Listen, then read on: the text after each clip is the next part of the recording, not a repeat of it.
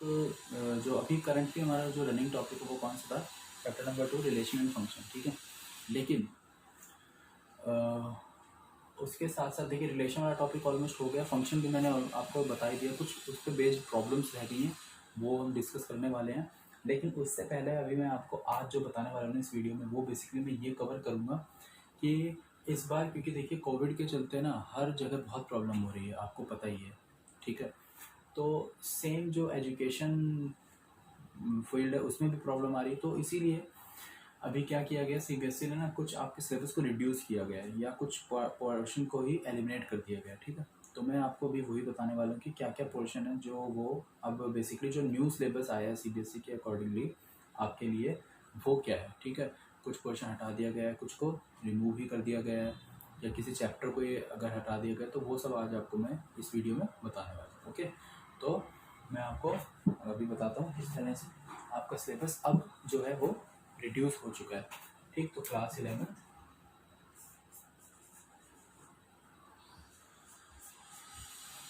New syllabus,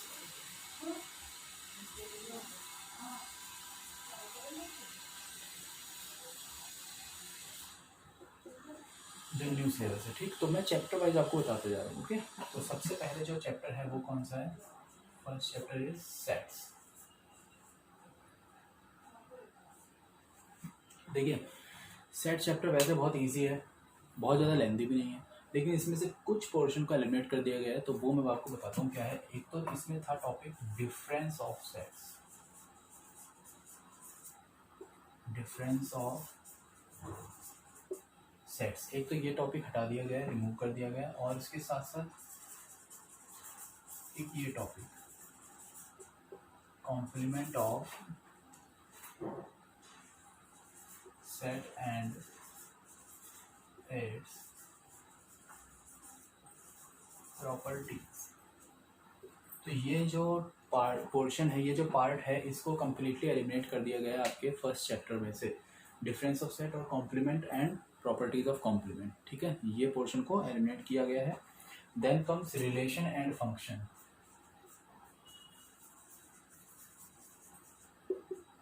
relation and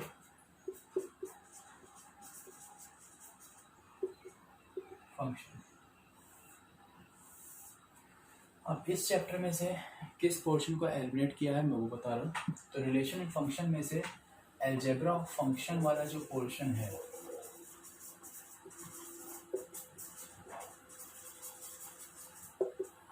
इसको ही हटा दिया गया। अलजेब्रा ऑफ फंक्शन में बेसिकली क्या है, अलजेब्रा ऑफ मैथमेटिक्स क्या होता है, addition, subtraction, multiplication and division.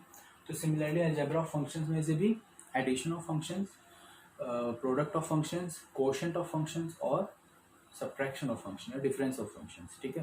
तो वो पोर्शन को एलिमिनेट किया गया है। तो ये था रिलेशन फंक्शंस में से। Then comes chapter number 3 trigonometry.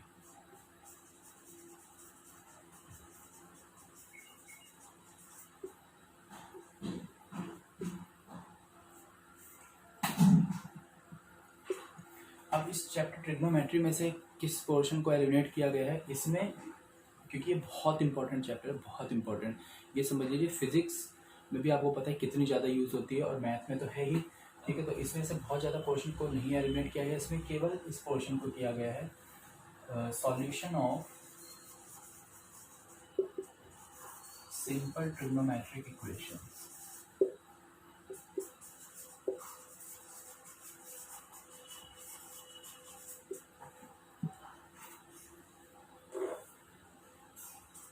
Trigonometric equations, जो ये वाला पोर्शन है इसको हटा देगा। भी ट्रिग्नोमेट्रिक इक्वेशंस में कौन कौन से सॉल्यूशन होंगे, साइन एक्स के लिए, कॉस एक्स के लिए, जनरल सॉल्यूशन, ठीक है। जनरल सॉल्यूशन एक्चुअली यहाँ पर मैं लिख दे रहा हूँ, जनरल सॉल्यूशन वाला पोर्शन, ठीक है। इसको हटा दिया गया। देन चैप्टर नंबर 4 है हमारा। फोर्थ चैप्टर क्या है, principle of mathematical induction.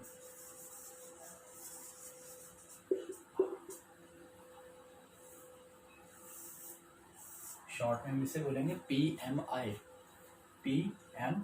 PMI, ठीक है। इस चैप्टर को कंप्लीटली ही क्या कर दिया गया है, एलिमिनेट कर दिया गया है। तो इस पूरे चैप्टर को ही हटा दिया गया। तो अब आपको ये वाला जो चैप्टर है प्रिंसिपल ऑफ मैथमेटिकल इंडक्शन नहीं पढ़ना है, ठीक है। तो इसीलिए मैंने क्रॉस किया है, जहाँ पे भी मैं क्रॉस करूँगा it means that whole chapter, entire chapter is being removed, eliminated. तो ये चैप्टर था वो। Then comes next chapter. Next chapter कौन सा है, complex numbers and quadratic equations.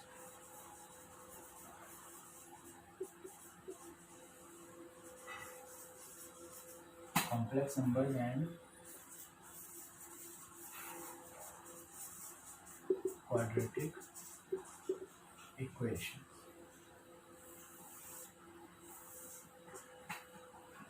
अब देखिए इस चैप्टर में से कॉम्प्लेक्स नंबर्स, ये इजी और इम्पोर्टेंट चैप्टर है वैसे तो। क्वाड्रेटिक इक्वेशन वो वाली इक्वेशन नहीं है जो आपने 10th क्लास में पढ़ी है। अब वो इक्वेशन है इसमें जिसमें सॉल्यूशन जो होगा वो कॉम्प्लेक्स टाइप का आता है। मतलब जो आपने एक उसमें कंडीशन आती थी ना डिस्क्रिमिनेंट फाइंड करने की, b² - 4ac is less than 0, तो हम लिख देते थे नो रियल रूट्स। तो जब रियल रूट्स नहीं होते थे कैसे रूट्स होते हैं, वो वाले टाइप की इक्वेशन है, ठीक है। तो वो हमें पढ़नी है। लेकिन कॉम्प्लेक्स नंबर का ही एक पार्ट है वो एलिमिनेट किया गया है। वो कौन सा, वो मैं यहाँ पे लिख दे रहा हूँ। एक तो है इसके अंदर जो हमें फाइंड करना है polar representation of complex numbers, ठीक है। और पोलर रिप्रेजेंटेशन के साथ साथ एक है square root of complex numbers. तो यहाँ पे जो एलिमिनेट हुआ वो लिख दे रहा हूँ, square root of complex numbers और polar representation of complex numbers.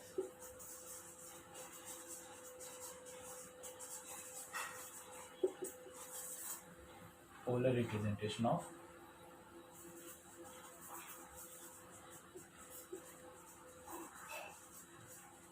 Complex numbers. बस ये पोर्शन को जो है एलिमिनेट किया गया है, ठीक है। देखिए चैप्टर 1 में से, 2 में से, 3, 4 और 5 इनमें से जो जो पोर्शन स्किप किया गया है, जो जो पोर्शन एलिमिनेट किया गया है, वो सारे मैंने इसमें लिख दिए हैं। कॉम्प्लेक्स नंबर्स में से ये वाला पोर्शन था, इनमें से हमने ये पोर्शन, ठीक है। अब कॉम्प्लेक्स नंबर के बाद नेक्स्ट जो चैप्टर है वो कौन सा, चैप्टर नंबर 6 है, लीनियर इनइक्वालिटी, ओके।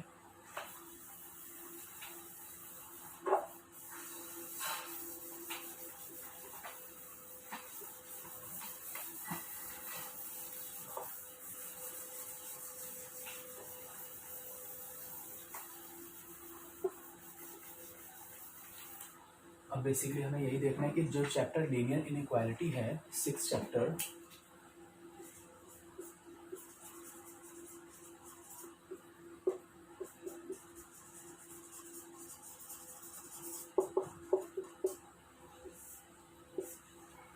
इस चैप्टर में से किस पोर्शन को एलिमिनेट किया गया है, ठीक है, लीनियर इनइक्वालिटी में, ओके। तो अब मैं वो बताने वाला हूँ। तो लीनियर इनइक्वालिटी में बेसिकली हमें जो पढ़ना है वो पूरा ही चैप्टर पढ़ना है, कंप्लीट।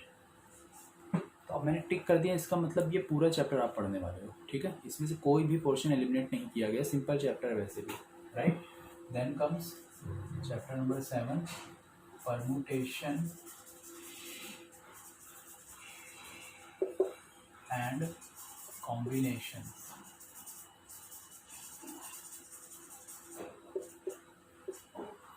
P&C से मैं शॉर्ट में बोलता हूँ, परम्यूटेशंस एंड कॉम्बिनेशंस को। तो इसमें से केवल छोटा सा पार्ट है proof of NPR and NCR, जो ये वाला पोर्शन था, बस इतने को हटाया गया। जब ये चैप्टर पढ़ेंगे आप, then you will come to know these two formulas, right. तो बस इस पोर्शन को। Then binomial theorem,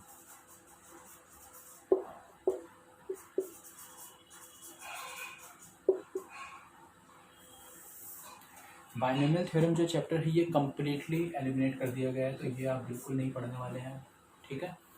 binomial theorem के बाद है chapter number 9, sequence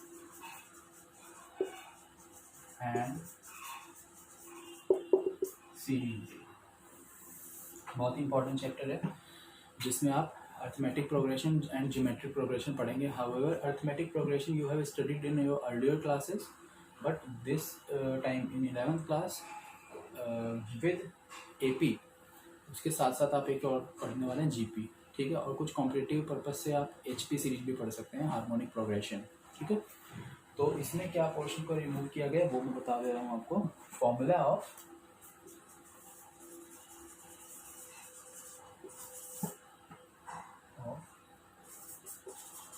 some of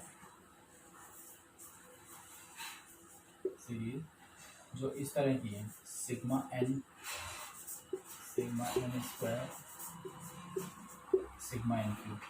इनके प्रूफ और इससे रिलेटेड जो क्वेश्चंस हैं वो नहीं आने वाले हैं, ठीक है। तो वही यहाँ पे मैंने बता दिया, ठीक। सिग्मा एन बेसिकली क्या है, देखिए सिग्मा का मतलब क्या होता है, समेशन, सम करना। अब एन लिखा हुआ है, इसका मतलब क्या है, sum of n natural numbers, मतलब 1 2 3 4 5 6 and so on up to n. इनको जोड़ो, अब एपी सीरीज बन रही, बहुत इजीली फाइंड आउट किया जा सकता है।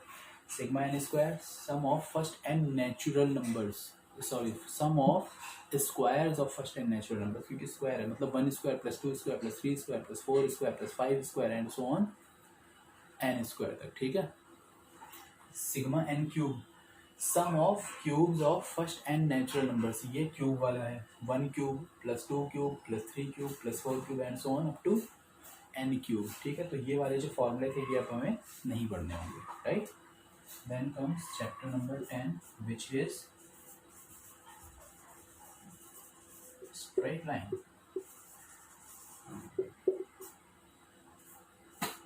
ज्योमेट्रिक, ठीक है, 2 डायमेंशनल ज्योमेट्री का पोर्शन है ये स्ट्रेट लाइंस। तो स्ट्रेट लाइन में से कौन सा पोर्शन एलिमिनेट किया गया है वो मैं आपको बताने वाला हूँ। इसमें है एक तो shifting of origin,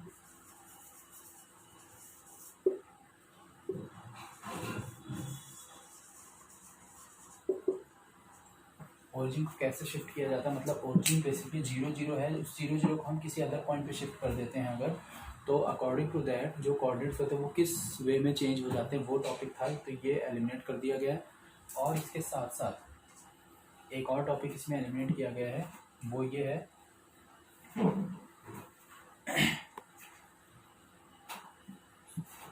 family of line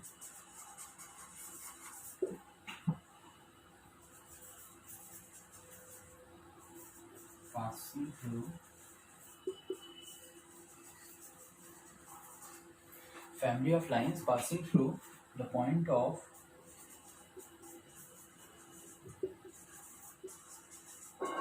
intersection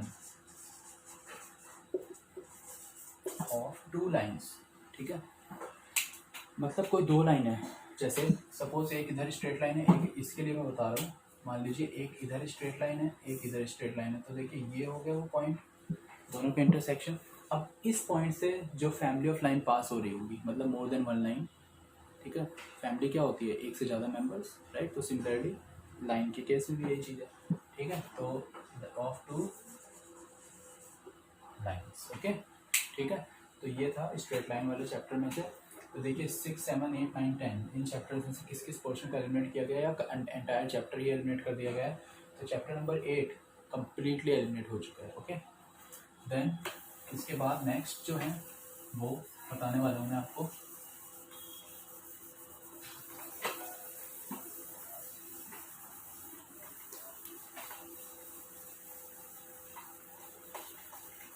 chapter number 11 है नेक्स्ट, राइट।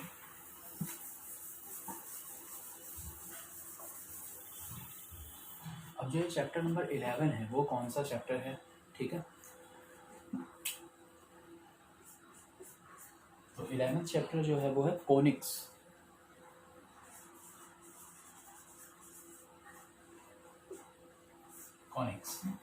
कॉनिक्स बेसिकली क्या, मैं एक आइडिया दे देता हूँ आपको।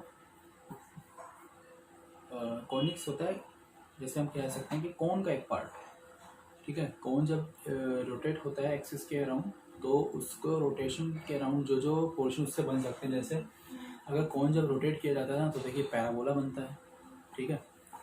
जैसे अभी मैं ये पूरा एक्सप्लेन नहीं करने वाला हूँ, क्योंकि अगर एक्सप्लेन करूँगा तो फिर ये टॉपिक ही इंडिविजुअल बहुत ज़्यादा हो जाएगा, ठीक है। तो मैं जस्ट आपको बता रहा हूँ कि इसमें क्या क्या पोर्शन होते हैं। एक इसमें कोनिक्स में बेसिकली क्या क्या फॉर्म हो सकते हैं वो बताता हूँ। स्ट्रेट लाइन हो सकती है, जो एक अलग ही चैप्टर था 10th।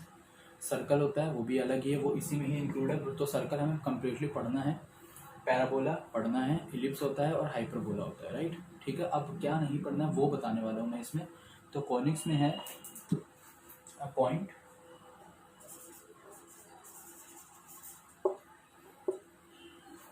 पॉइंट, ठीक है, इसके साथ साथ straight line and pair of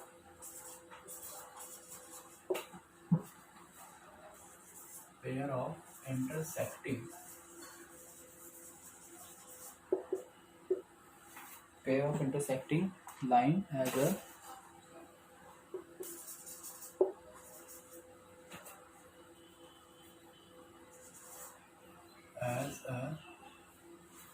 intersecting line as a degenerated case of।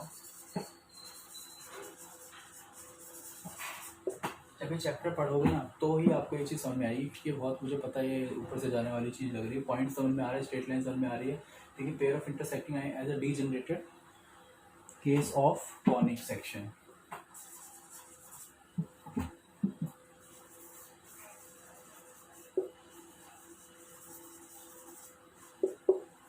ठीक है, बेसिकली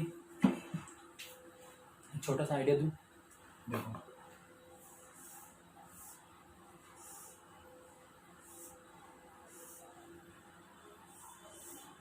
जैसे ये है, ठीक है। अब ये कौन कुछ इस तरह से मूव करे कि जो ये वाली इसकी एक्सिस हो ये बिल्कुल एक प्लेन पे ही कुछ इस तरह से लाई अगर कर जाए जैसे, तो अब ध्यान से देखो, तो ये जो आपको सेक्शन सा बनता हुआ दिखेगा ना, ये एक स्ट्रेट लाइन होगा, ठीक है, ये एक स्ट्रेट लाइन होगा।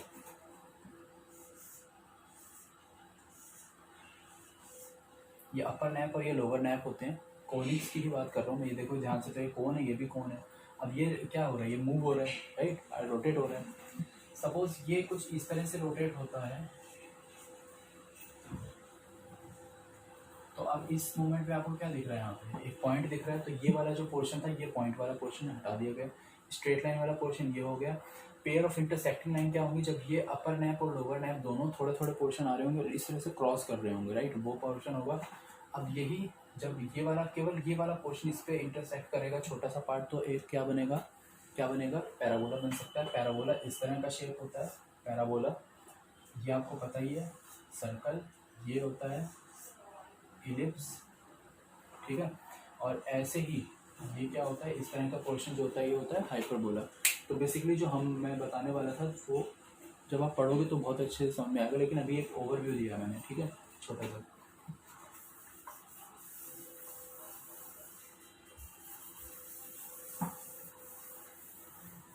ठीक, इसके बाद में कॉनिक्स के बाद जो नेक्स्ट चैप्टर है हमारा वो कौन सा है, वह 3 डायमेंशनल ज्योमेट्री।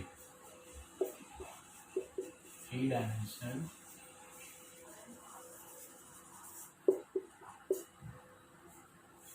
ज्योमेट्री। तो अब इस 3D ज्योमेट्री में किस पोर्शन को हटाया गया है, बहुत सिंपल सा टॉपिक है, ठीक है। तो उनको भी रहम आ गया कि रहने देते हैं, चला सब तो टॉपिक क्या हटाएंगे, तो ये हमें पूरा ही पढ़ना है, ठीक है। तो 3D ज्योमेट्री में कम्प्लीटली ही पढ़ना है। Then 13th very important topic ये है कॉन्टिन्यूटी वाला, ठीक है, लिमिट्स एंड डेरिवेटिव्स।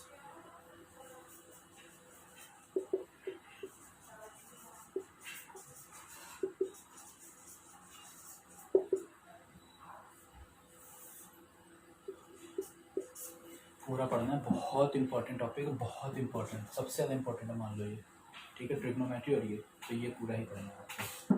इसके बाद 14 मैथमेटिकल रीजनिंग।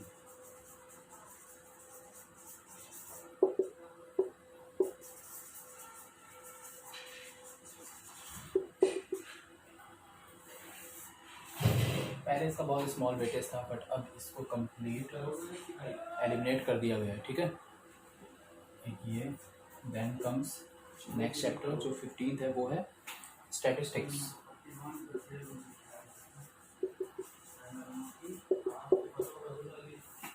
अब जो ये चैप्टर है स्टैटिस्टिक्स, इसमें क्या एलिमिनेट किया गया मैं वो बताने वाला हूँ आपको। तो इसमें है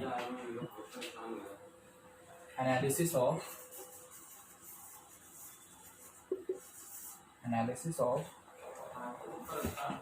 फ्रीक्वेंसी डिस्ट्रीब्यूशन।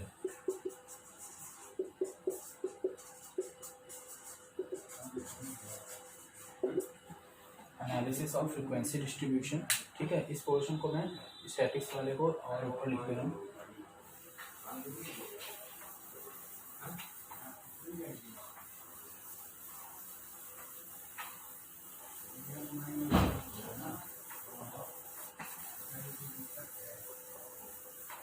अब देखिए जो ये पोर्शन स्टैटिक्स वाला है, एनालिसिस ऑफ फ्रीक्वेंसी डिस्ट्रीब्यूशन,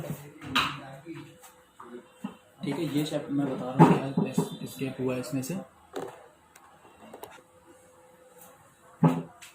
तो स्टैटिक्स में है analysis of frequency distribution with equal mean but different variation, ठीक है। इसको रिमूव कर दिया गया है। ये जब आप पढ़ेंगे तभी समझ में आएगा, भी नहीं आएगा। Last is probability.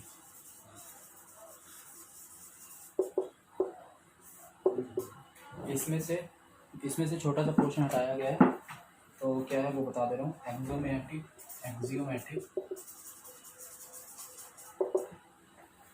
मतलब सेट थ्योरेटिक।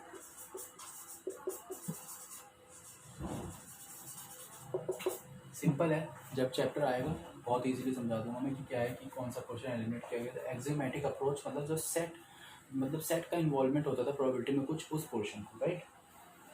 प्रोबेबिलिटी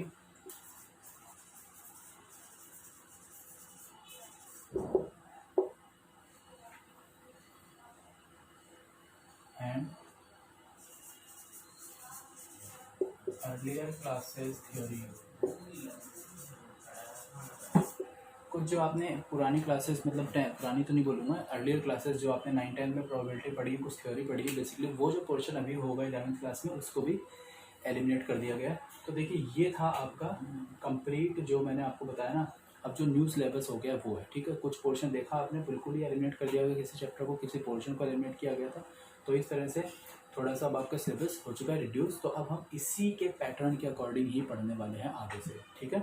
तो ये आपका सिलेबस वाला पोर्शन है, ओके, ठीक है। तो आपको बिल्कुल ही इजीली समझ में आ जाएगा ये, ठीक।